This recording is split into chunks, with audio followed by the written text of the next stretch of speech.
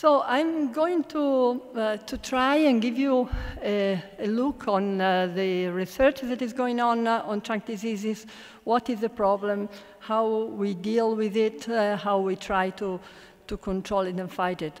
And the first thing I want to remind you is that trunk diseases are a problem everywhere grapevine is grown. You can see here that there are several diseases in all wine-growing countries. And there is a lot of research going on. You can see that we meet for sharing research results every 2 or 3 years in different parts of the world. So surely you have the problem here, but we have it strongly in Italy, but we are not alone, okay? So everyone is dealing with this. And actually, also on other crops, the wood diseases are increasing strongly. You can see different presentation, different articles, research articles in forests, in fruit crops, so not only grapevine. So for sure, how we cultivate plants is a very relevant aspect of this increasing problem. And we have just seen the previous speaker with his beautiful presentation showed us how industrialization in grapevine cultivation has increased problems in many different aspects. So how we cultivate grapevine is really having a strong impact on many aspects, and in particular on trunk diseases. Here you see a vineyard in Cyprus, and where there is a white line here, there was a road, and on the left there was this ancient 130 years old vineyard, and on the right side a 5 years old. Where did we have problems? Where they called me to show me problems? In the young one, where 5 years old they already had this necrotic wood. So a problem that is actually born from something natural. I mean, we need wood fungi that eat wood, that destroy dead wood. So it's normal to have wood pathogens around. But what has changed is that the way we cultivate has increased a lot the way of entering the healthy wood with wounds. So pruning wounds are unavoidable for a grape grower, but as long as we learn and we understand that every wound is an invitation to fungi to get in, because these fungi fly in there, they are spread by wind and raindrops. So every wound is an offer of food for fungi. So how the wounds and how we make them is a big cause of increasing problems with trunk diseases. And this is especially true for grapevine. As I showed you, in many fruit crops we have this problem, but grapevine is strongly affected because it's a plant that per se is not suitable for pruning, because it has these large vessels, it's aimed to reach 30 meters up, so it doesn't need to make a pruning, a wound closed from entrance. It's quicker for a grapevine to have a new shoot and abandon the dead part, but for us, this is not a solution. So these pathogens, and another point I want to stress on is that these fungi are many, and they have 3 different attitudes in colonizing the wood. They use the wood as food. And depending on how they colonize it, what are the enzymes they produce, the metabolites they discharge in the wood, they cause a different type of symptoms. There are 3 main ones. Cankers, so this necrotic wood that you here see, usually sectors.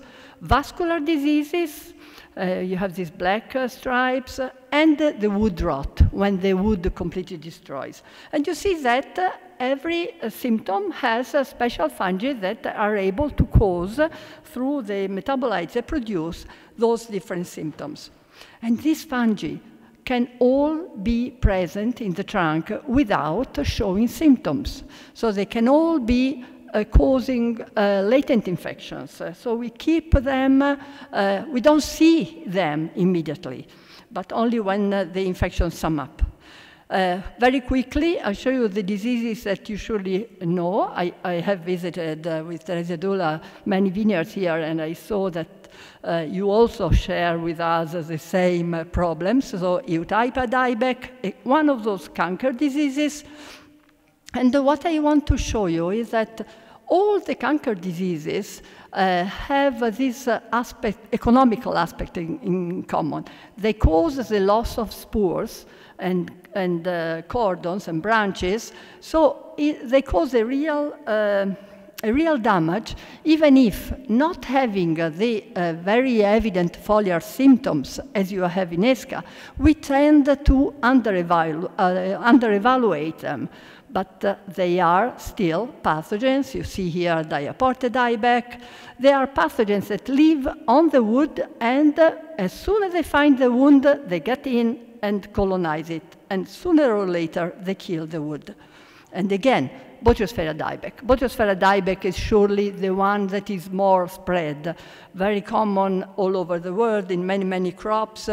Look at this. We made a paper last year, just in Italy. We found Botryospheraceous species in many, many different crops, 10 genera, 57 species. So they are a very common problem around.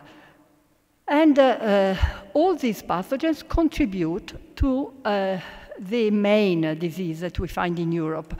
In the first map I showed you, I didn't underline the fact that ESCA disease, ESCA complex of diseases, because you see how many different pathogens are involved, is for sure the most common in Europe. Well, at least is the most seen because of these very special leaf symptoms. But these leaf symptoms are linked to the same, some of the same pathogens. We have the vascular pathogens, we have the wood rot pathogens, and the involvement of the canker agents, the ascomycetes. Here you see the wood rot pathogen. This is the one most feared because it really destroyed the wood, and when it gets to the external rings of the plant can die all of a sudden, because you know that the external rings are the ones that work more. Okay, so this disease, a complex, ESCA complex disease, is more complicated. It has the foliar symptoms, this typical tiger stripe.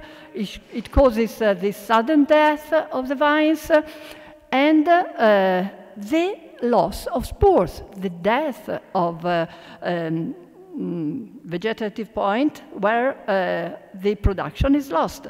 So in a recent survey we did in a vineyard close to Florence, we really saw that many plants were not showing the foliar symptoms, but had the death of the productive parts.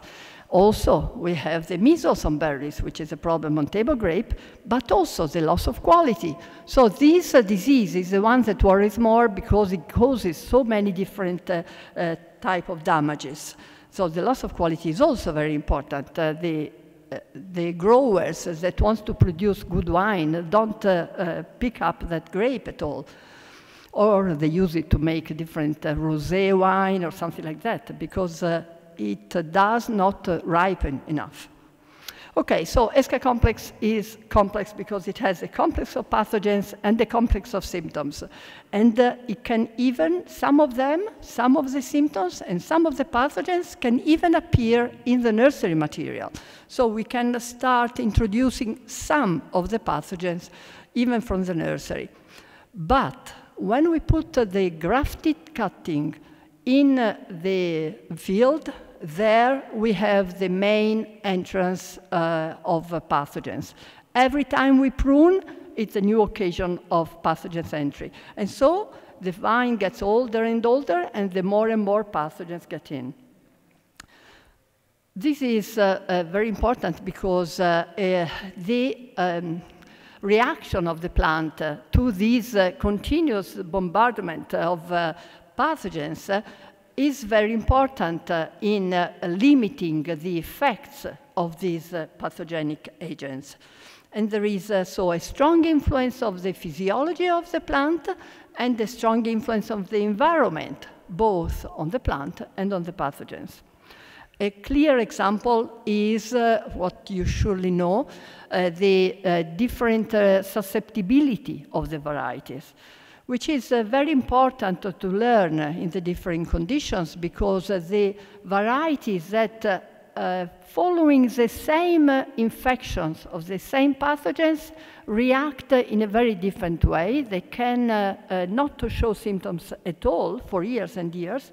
And it's very important to learn this, to take care with more attention in the more susceptible vineyards and so on. But another aspect that is important to stress is the role of the environment. Because these two aspects, the strong influence of the plant reaction and the strong influence of the environment on the plant reaction, should encourage us to take care a lot of these two elements. To have a healthy plant will react to those pathogens more promptly. The pathogens will remain latent longer, and so we can continue to have a production. And an example of the influence of the environment on this disease is rains. You know that this disease has this very special, unique characteristic. One year you have a symptom, these are different years, and another year you have no symptoms, and the plant appears to be healthy again. And in the same vineyard, in the same year, a plant close to it can have the opposite behavior. So the situation of the plant, how it's nourished, what is the microbiome in the roots, the mycorrhiza, all the equilibrium that the plant has reached will help it to react. And we can play on this. Keeping the plant healthy will increase the number of asymptomatic plants.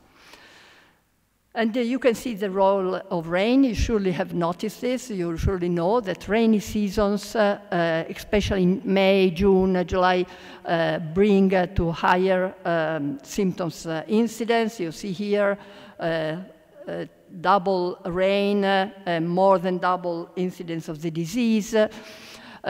Excessive nutrients, if you give, this was an experiment in which a very well kept vineyard was nourished too much. They gave them the excess of nutrients, and the number of infected, symptomatic plants increased. The number of infected plants was the same, but the number of vines that badly reacted and showed the symptoms increased strongly. So you see how we can play on the ability of the plant to react. So, control, how do we carry on control? We can, first of all, you understand well that preventing the entrance of the pathogens, given all these different effects, is a key word, must be the first rule to follow. So, and to do this, we have to reduce the pathogens presence, and we have to increase the ability of the plant to live together with these pathogens when they are entered. Then, if prevention fails, then we can remove the infected vine tissue.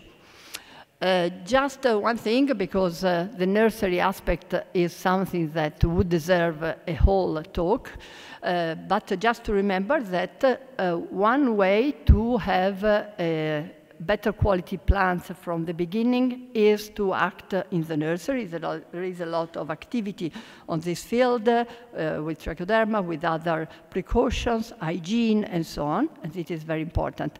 But even if you have the healthiest plant as possible, still you have to take then the decisions, the right decisions, when you bring that healthy plant to the vineyard, because in the vineyard it will get these every year new and new infections. So how you cultivate it, how you prune it, look, how you plant it. So often I get plants that are declining, poor things, and then you look at the roots and they planted them in an horrible way. So of course the plant was infected. It didn't have energies to spend for defense when it was so stressed. And stagnation, the drainage, the water in the soil, the biodiversity in the soil, as I was mentioning, the organic matter that increases the reaction of the plant and the roots activity is very important. Even if you take a mycorrhizal, a plant, treated with trichoderma or mycorrhiza, you will see that one of those pathogens will grow less if you inoculate it, because the plant is more able to react. And then we can work on how we treat the plants, starting from cutting. So how to cut to reduce infections? Of course, sounds obvious, but still these mistakes are made. Large wounds, retraining on a plant that is healthy, and creating this large wound that no plant can really close in any way.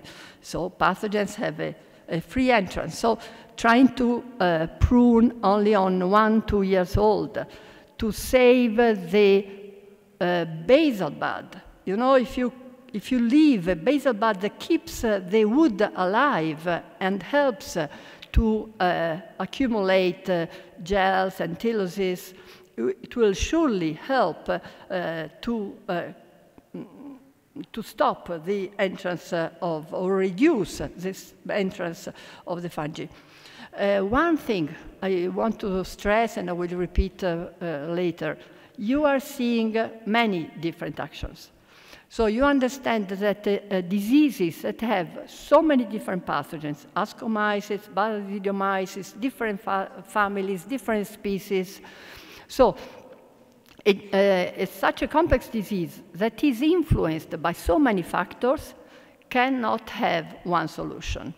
We can only work in bringing the plant in a better equilibrium, able to support the contrast with the pathogen, fight with the pathogens, and keep it as clean as possible. So many different actions. No one solution is possible against such a complex thing.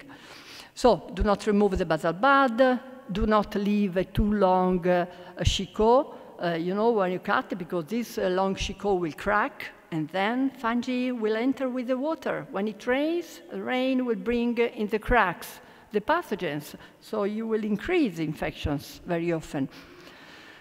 While it's very important to keep the wood healthy and reactive by taking care of leaving this sap flow that maintains alive and active the wood, avoiding creating less active parts that will be more easily colonized because they are less nourished. Okay, so there is a lot of work on this, but surely it's one of the things that helps. And we introduce here one important concept. These grapevine diseases enter to wounds every time you make a wound, so starting from the first cut. When in the second year you start your new training system, then you start creating wounds, you start creating a natural flow of the sap. So to have in mind this problem, even from the very first beginning, is very important, and it will leave a trace in the ability of the plant to react to this continuous challenge. Okay, then let's act on the fungi. So remove or reduce inoculum, even more so if a vineyard is symptomatic. If I have symptoms in my vineyard, it means that over the dead wood, the pathogens will reproduce themselves, so they will produce new spores. So why to keep those spores around? So This is a general approach because we have many different diseases, many different pathogens. Some spread via the xylem. They can live, as I said, asymptomatic, and they form spores on the surface of the infected tissue. So you see, all these different spores, there are so many different ones. And look, in every, for example, in the dieback, we have Botrus foliaceus dieback, 26 species or more on grapevine. Eutypa, 17 different pathogens or more. So, I mean, there are very many. And they have different requirements for temperature. They are all linked to water, to rain. So they are all favored by rain. But they have different conditions. So we need something general that acts on all of them. So to remove the infected tissue and the canes on which this pathogen produce spores is important to take them away from the vineyard. Even more so if you already have symptoms, so you know for sure that you have the pathogens. A good thing, the best, would be to make compost. Compost with the high temperature that it reaches destroys the fruiting structures. And so it's a great way to have organic substance, which our vineyards always need, and to destroy the pathogens, or at least remove them, because on this dead tissue, on here, you find the fruiting bodies a lot. So what is the deduction for this? We are trying to fight a disease that will affect the structure of the vine, the tissue that will remain for all the life of the vine, hopefully 50 years or more. And still, most of us, and I say us because in Italy I'm doing the same fight, we are ready to apply 20 treatments against downy mildew or powdery mildew, but we all hesitate to do one treatment after every pruning. So when we prune our vineyards, we open entrance to the spores. Let's protect them. Why not? But this is something that is not into the routine. And I mean, it's strange for me because it's really, there are easy ways of protecting the wounds now. First of all, this is a problem because grapevine, because it has these large vessels and doesn't really close the wound, remains susceptible for 3-4 months. We have made artificial inoculation, putting the spores in July, and we got infections. Less, but we still got them. So we need something that lasts. It's going too fast. So this is the old system that is not suitable for grapevine because we need something that doesn't crack on the surface. It must last. There is a persistent product produced by a chemical company that is a bit complicated to apply, but is very efficient. But the easiest way is biocontrol agents. You know, in the world, 1,600 different strains of biocontrol agents have been tested against these pathogens. Why? Because all over we recognize that being the susceptibility so long, we need something that lasts, that lives on the wound and keeps on protecting it for a long time. But everywhere, the best one is still trichoderma. You know trichoderma, it has many activities against different pathogens in the roots, stimulates the defense, but it's fast colonizer. After 3 days from application, there is already an efficient network on the wound. And trichoderma has this great advantage of being applicable with a sprayer. So you just put it in a machine and as close as possible to the pruning. So if you can in the first day, fine. If you can't, you will do it in 2 weeks. But anyway, you will protect the wounds from the many infections risks that you have over the season, because every time it rains, there will be a new danger. In Italy, we have a lot of different products. There are different species of trichoderma, different strains of the same species. But anyway, they are commercialized. They are efficient on the different pathogens, ESCA and canker agents. And they are easy to apply, but they need care. So you cannot just apply them as a chemical. You must be very careful, as you should do with chemicals, to check if you are applying them in the pruned area.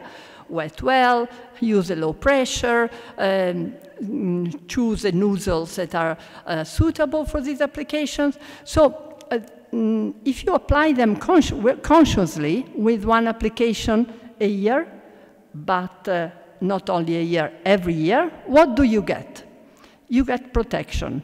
And the most important result that we got was, is reported in this paper, in a vineyard that had been treated for, no, in one vineyard, in some vineyards that had been treated for 10 years after at the second year. So when we did the training cut, so before having any symptom, we got a strong reduction, 70–90% of reduction in the symptoms, which means that it's very logical. You don't say to your children, start brushing your teeth when you are 80. You say, start early if you want to keep them healthy. And we should do the same. And of course, what happens with growers, I say this in general because there was a survey done in California, and they got the same problem. People start to treat the wounds when they see the symptoms. They start worrying. Oh, I have ESCA. Gosh, 10, 9, 8, 10, 12 years old. I start protecting. But you already lost some protection, effective protection in the first years. So it should become a routine treatment. It is efficient also if you start later on. You still have a reduction.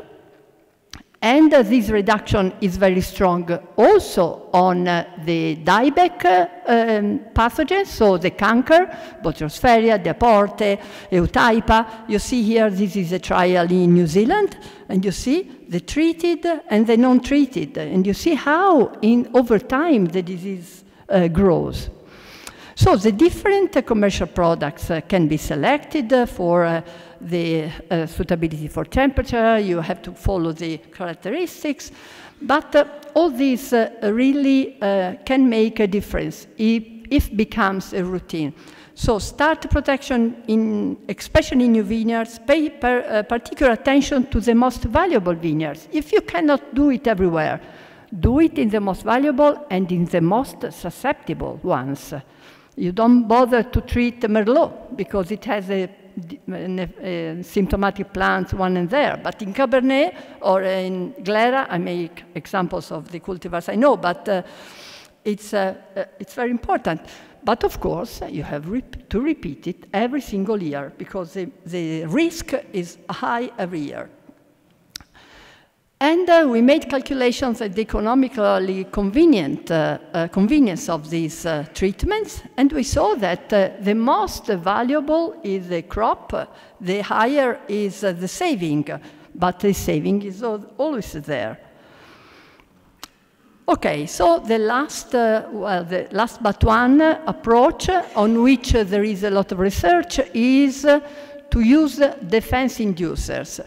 There is no real product already in the market on this, but defense inducers are showing more and more good results. So to help the vine to keep the number of symptomatic plants low.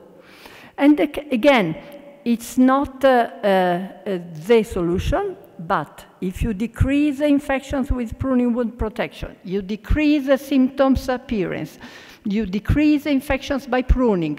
If you increase the ability of the plant to react by soil care. All this will put on a strategy that will improve the situation. These biostimulants have the opposite effect. This is important. Defense inducers is one thing. Biostimulants increases the vigor, and excessive vigor increases the symptoms. The most vigorous cultivars show more symptoms. So this is important to keep in mind. Anyway, as you see, the light lines, there are some very interesting results on this. Of course, it needs many years of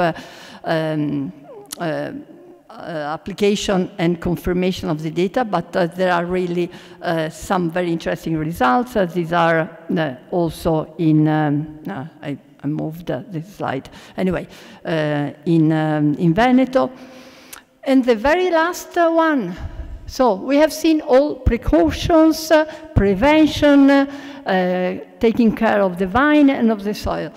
But when we have a valuable vineyard with the symptoms and we are keen on that production, then we can try the last two things. Trunk renewal, so to take away the infected tissue, to remove the dead portions where the pathogen lives, to remove the whole trunk, leaving it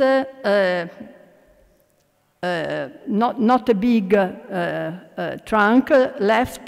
There are trials showing that it's better to leave some 10 centimeters only. And so this is training. A new shoot will quickly substitute the plant. It doesn't work with apoplectic plants, of course. This works also with Eutypa, with the Botryopsferia. And a recent trial in California showed that after 7 years, there was very little reappearance of ESCA. So it is a useful technique. Not all the vines will start growth perfectly again, but there is a high percentage. And the very, very last one is to remove the decayed wood. When you have a plant that has developed the rotten wood inside, then there is this old technique that is now made in a very more efficient way with the electric chainsaw. And this is expensive. It's not suitable for all training. It's need well-trained people, because I've seen people destroying their vineyard because they wanted to do it their own. So you have to learn. There are, in Italy, there are some trainers that teach you how to do it. So that is possible, but it gives good results. Look here, these are results in France, and you see that where there was no trunk renewal, the black part, so the dead vines increased over years, while the increase was much lower in the trunk renewed, in the trunk surgery ones. You see it here. We have data in Italy as well. Here you see curettage, or trunk surgery. The healthy plants tend to remain quite high, while in the non-treated control, they tend to die. And then there is a lot of research, and in Italy, I don't know how it is in Hungary, but in Italy, the growers are bombarded by producers that come to you saying, I have the solution. ESCA, magic, it's solved. But actually, no one of these has been shown to be so efficient. So, because ESCA and trunk diseases in general are complex. You need to know them, you need to know the epidemiology to understand if the results you obtain are real results, or they are influenced by how much rain there was, or what else you did on the soil. So that's the end.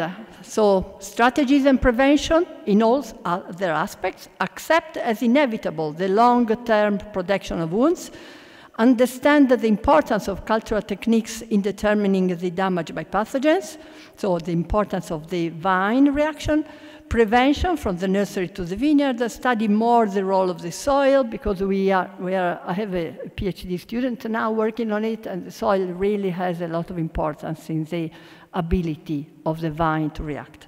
So strategies, many components that lead to the sum of positive effects. I'm sure about that. Thank you.